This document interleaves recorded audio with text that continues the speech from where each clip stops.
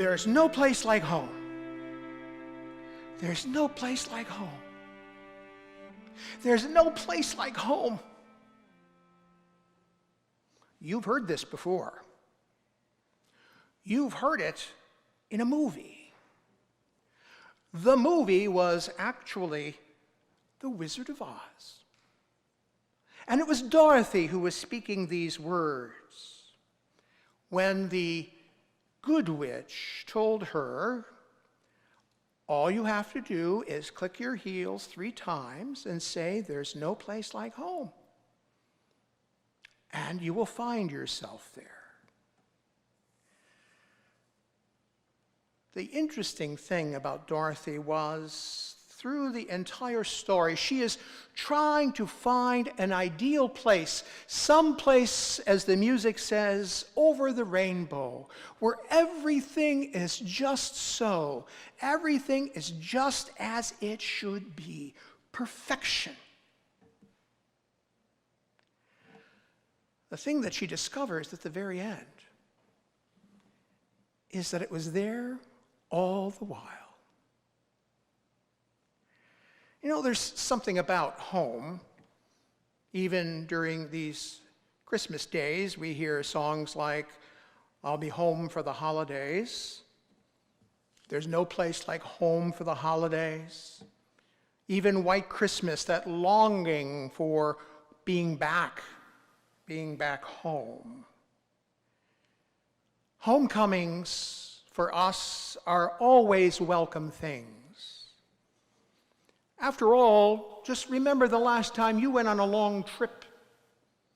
And when you finally got home and opened the door, and you set down your bags, and you sat down and rested a while, and in fact, when you started to get ready for sleep, and you went up into your bedroom, and you just were relieved that you were in your own bed again. There's something about being home. Because home, for us as human beings, is vital for our sense of security, our sense of well-being. And so home is always a place we want to be. And for that reason, we might be able to say that home is a sacred place. It isn't just a house where we store our stuff. Home, they say, is where the heart is. And so it doesn't matter whether it's a 3-story townhouse or it's a 1-bedroom studio apartment or even just a room. If it's home, it's where we want to be. Psychologists tell us that our homes reveal something about us. The way we keep them, the way we decorate them, the way others see them can tell them something about who we are. They seem to be vessels of our own history. As the mementos gather and the photographs are put into frames, home has some sort of magnetic authority over us, always drawing us back. And yet tonight, we remember a tiny child who came among us as one without a home. Joseph and Mary were in Bethlehem. This was not where they lived. And in fact, they couldn't even get a regular kind of room. It wasn't necessarily because they were so poor. It was simply they were the unfortunate victims, perhaps, of a big trip, an overextended hospitality system. The last time I remember trying to find a room at the very last minute, and there was none to be found for miles around. And the interesting thing about that particular trip was that my in-laws were camping at a campground nearby. And so we ended up going there for the evening. It was the middle of summer. and it was hot, it was humid, it was dank, there were mosquitoes and flies everywhere. It was hardly home. And so that's where Jesus is born. And not long after that, he is driven away down into Egypt by a power-mad lunatic who wants to destroy anyone who might be a pretender to his power, to his throne. And so Jesus, Mary, and Joseph become refugees as they journey down into Egypt until the tyrant Herod is finally dead. And then Jesus grows up, and as we see him in the Gospels, we see him as a wandering preacher. He even says at one point, foxes have their lairs, but the Son of Man has nowhere to lay his head. Jesus came among us as one with no home. This night, Jesus seeks a home. He seeks a home, but it is not in a building made of wood or stone or brick.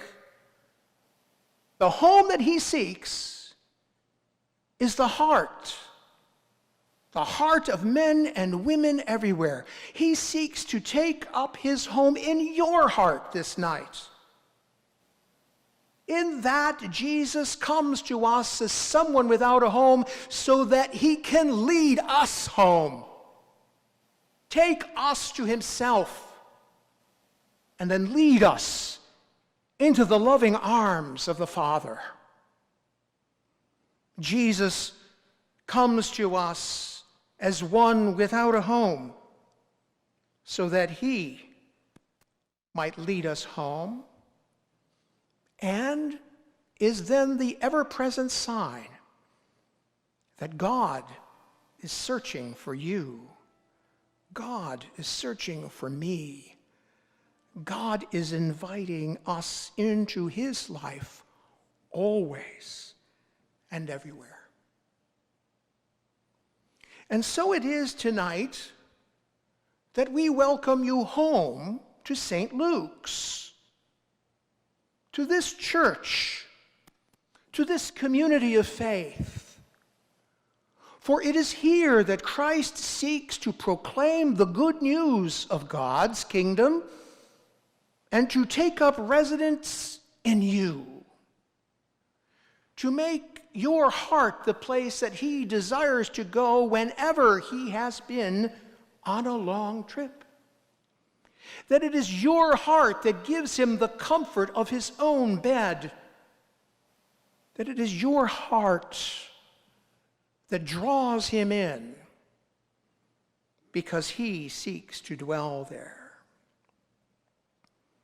Yes, we want to go home for the holidays. But perhaps the home for which we look is not a place far away. Like Dorothy, we begin to realize that it has been with us all the while. It has been with us from the beginning. It is to dwell in the heart of Jesus, so that Jesus may dwell in us and we in him. When Christ comes to dwell with us, we don't need to search for that land over the rainbow. We don't need to look for a place where everything is perfect and we feel safe and secure, because the reality of our world right now is that those places are few and far between. Our society is rife with anxiety. Fear is around the corner. We live always on the edge, it seems. And perhaps it is when we finally realize that there is no faraway place over the rainbow, but the place that we earnestly seek is deep within, that we then can say, there's no place like home. When Christ comes to dwell with us, we only need to open our eyes to realize that he has been there all along. That in our suffering, in our illness, in our sorrows, in our anxieties and fears, that we might wish for a place over the rainbow, but instead we need to seek the heart of Jesus. On this Christmas night, we celebrate the birth of Christ among us as one like us in all things but sin. And it is there that we find our home. So I say to you, welcome home. Welcome to the heart of Christ. Stay there, sleep there, love there, live there. For that is God's promise to us. So if you like, click your heels 3 times together and say, there's no place like home. There's no place like home.